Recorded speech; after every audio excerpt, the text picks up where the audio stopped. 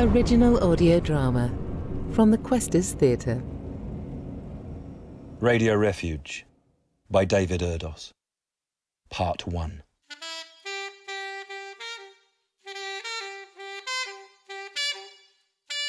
Is he on his way?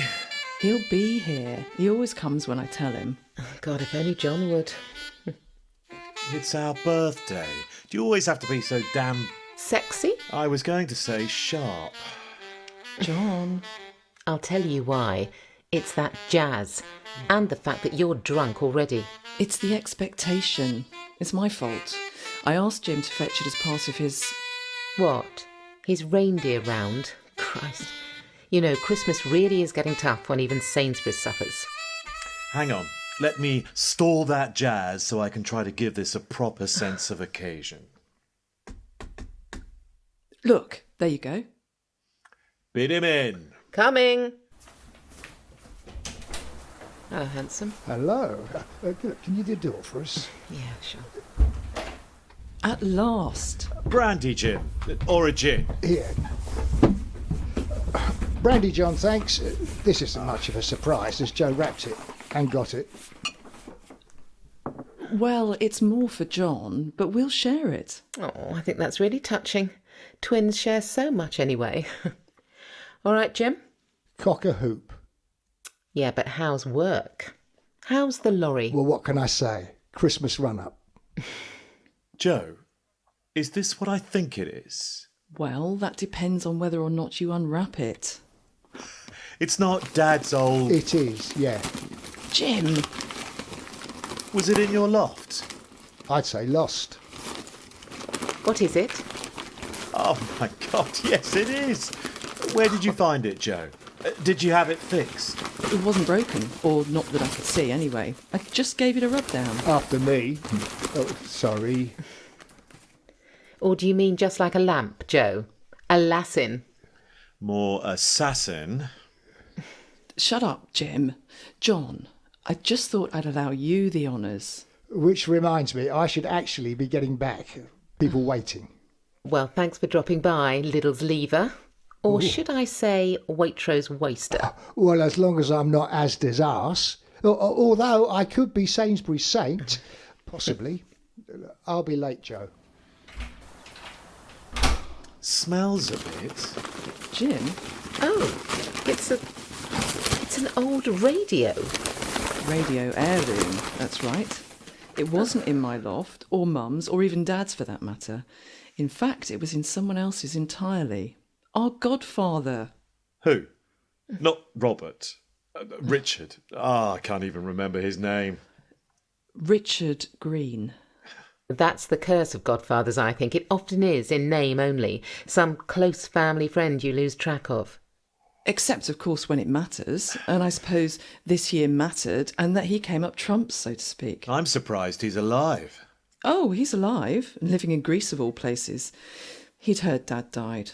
Got in contact. He actually remembered our birthday, and that it was a big one too. Oh, never mind that. This is huge. God, it's almost as big as the oven. It's a piece of furniture, really.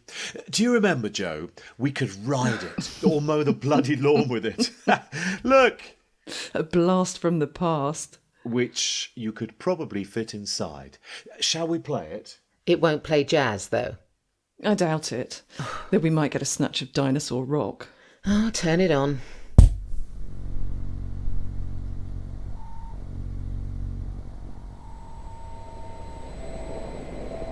Oh, what's that? The dead snoring. Sounds about right.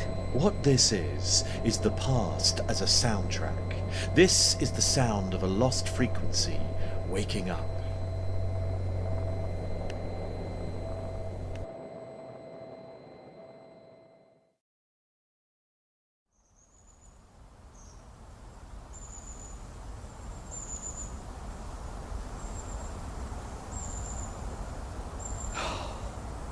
I've had to come out here for some air. Is he still at it? Yeah, and pissed. This is my fault. He's 50, but now he's like a 5-year-old boy with his toy. Oh, he'll get tired. They don't. I even miss the jazz, I admit it. I am sorry, Ella, but this was an important thing years ago. I suppose we're too old for gifts now, but I still wanted to share and to mark it. We thought the set had been lost, then I found it when Richard and I were in touch. It's a remnant, really, which makes it so much more than a relic. It's still part of Dad's world, and not just something left over. And I mean, with Dad gone, Christmas, 50. It's a hell of a ride we're both on. Well, clearly he loves it. In fact, it looks like he'll spend the night playing with it. But then men do that, don't they? Or some of them do, anyway. Who is this Richard? A friend of Dad's, as we told you.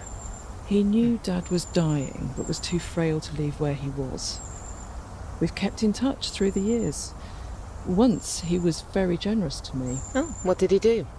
Lent me money. Oh, And then he got me a job. oh, naughty girl. You would think that. But believe it or not, Ella, some things happen for no other reason than simple decency or respect. Or care, come to that. At difficult times, it can happen. Gifts, or exchanges, or bridges between distant friends. You know, some of these still have magic to them. They have a resonance, Ella. Objects from the past still speak up. I mean, we haven't seen it for years, but I think that things like this keep the past in. Maybe Dad's in there somewhere, and perhaps our mum as well, and our grands. My mum's a bitch. Yes, I heard. So, has John had your present? Or are you still keeping yours under wraps? Oh, wow.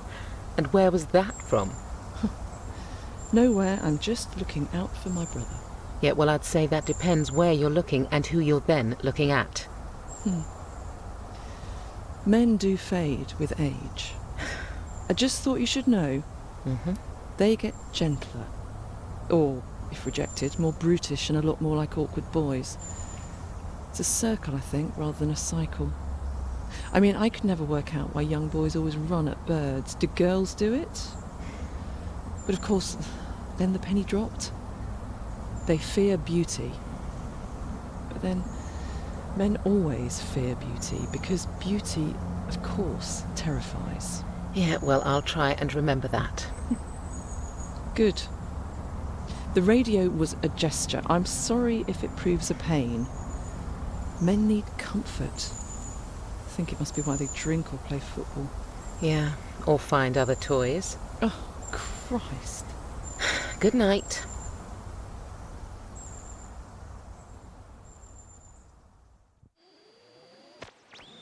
Are you actually coming to bed? I will, yes, in a bit. I just think I'm close. I can feel it. Well, I would have thought feeling me was more tempting. Ella, this is exciting. Can't I feel you any time? Chance and fat. What are you making? Horlicks. Jesus, I'm 50, not 80. Yeah, well, as you're drunk and on a nostalgia trip. Not nostalgia. Yeah, well, all right then, what is it? You have barely talked to me since Joe left. Look, I get you haven't seen it for years, and we all like those things that remind us, but...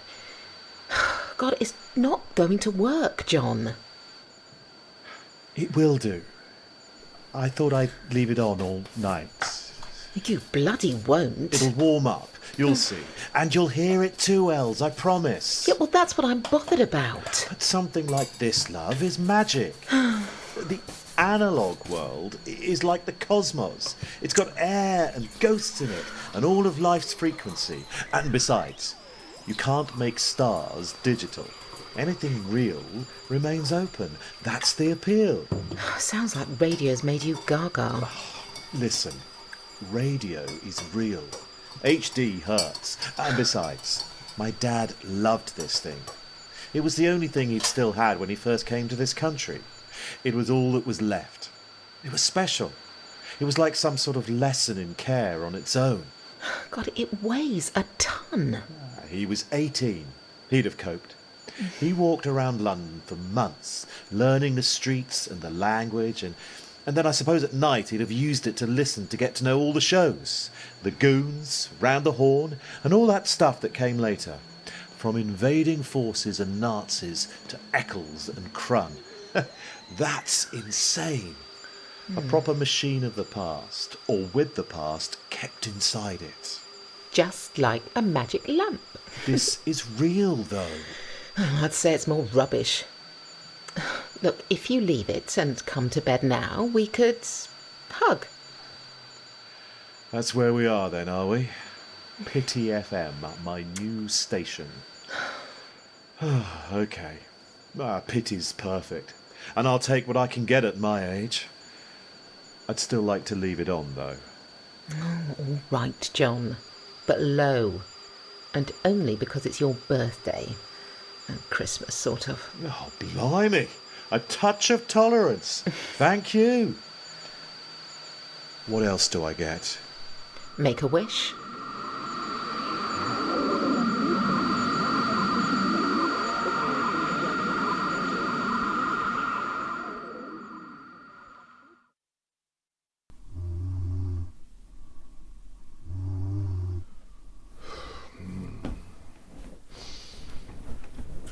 Jim? What's that? Me. No, I heard something. Go to sleep. Did you hear it? No, it's just my nerves suffering. Jim! Joe, divorce.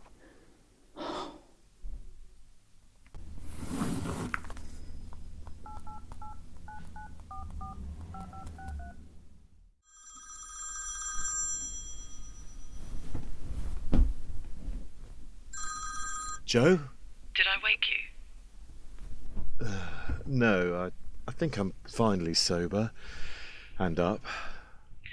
This is weird, or what I'm going to say is, I'm sorry. It's odd. I couldn't sleep. I heard something. I had the radio on. I felt something. Is Ella asleep? No, I'm not. What's wrong, Joe? Oh, God. It's 4:00 in the morning. This is the nightmare before Christmas. Listen, I'll go. No, you've got us up now. What is it? I think I'm regretting the gift, John, that's all. But I love that it's back. A bit of the past speaking to us. Yes, but in the wrong kind of language. Joe, maybe you could ask your little dog? The dog died. Oh. What? Yesterday. I didn't want to spoil the birthday or Christmas. It's your birthday too. Dad, then Dickie? Jesus, this is getting too much. Maybe this is a twins thing, who knows, but suddenly the air just seemed different. Or maybe it's the dog and Dad. I'm not crazy, but as soon as I left yours, I felt something. It's probably just the cold. No, there's something else. Oh, did Jim get stoned again? No. What we know he does. Do we? No, it's not that. I don't even know how to explain it. It was sort of like a sort of jolt or a tremor. It was like there was something else in the air or something above me. It's mad. Or I'm mad. I'm sorry. But as soon as you had it, it was like you turned it on. Well, he did. Ella. Joe, it's all right. I know what you mean. So where are we now, then? The Omen? Or maybe it's The Exorcist. Oh, stop it. I suppose I just wonder if thinking about such things brings them on. They say that cancer does that, or possibly COVID, lockdown in all senses, as it takes some of your mind with it too. Don't be silly. For fuck's sake. Joe, stop! Damn! Now Jim's up. He's got to go to work in an hour. He's in the van. Look, I'm sorry. I'm being a fool. It's the past. It's Dad and the dog and it's Mum and it's 4:00 in the morning. I'm sorry, John. Sorry, Ella. Just give Jim a kick. He'll perk up. It'll be all right. It's a dream. Remember, you don't have to be asleep to keep dreaming. Come round tomorrow. I'll be keeping it on. No, you bloody won't.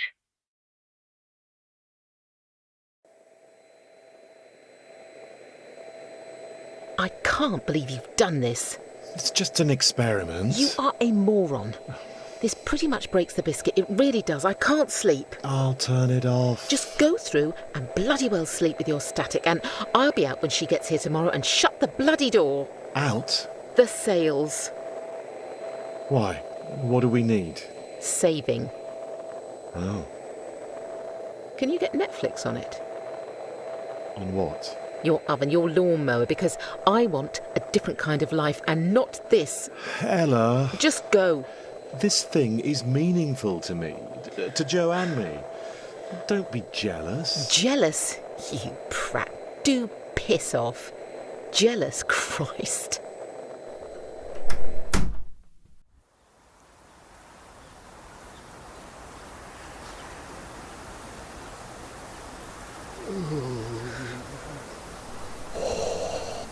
You could probably use some of this from what you've just told me. She'll be round there now.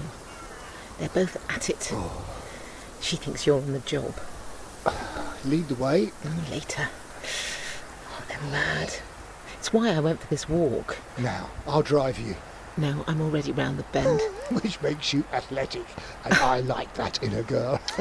I feel raw. Happy Christmas.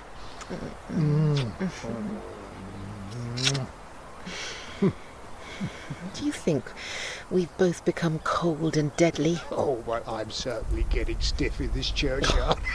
It's freezing. No, that is not what I meant. But I'd still count your turkeys. I'd rather stuff them. Well, then you are in the right place, aren't you, Jim? Oh.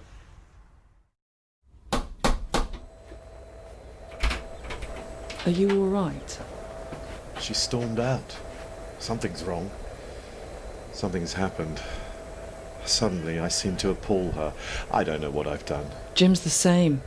I really had no idea that men like him could get menstrual, or whatever it is. I don't think we have a word, really. We haven't cried, have we, John? Who for first? That's the problem. The dog, Dad, our partners. Now even Christmas feels claustrophobic. Best to stick to your own. Come on in. In Radio Refuge, Part 1, John was played by Julian Smith. Joe was played by Carol Fullilove. Ella was played by Samantha Boffin. Jim was played by Roger Beaumont. The audio engineer was James Connor. The audio designer was Dennis Dracup. The original music was by Michelle Burton and David Erdos. Radio Refuge was written and directed by David Erdos and was an original audio drama for the Questors Theatre.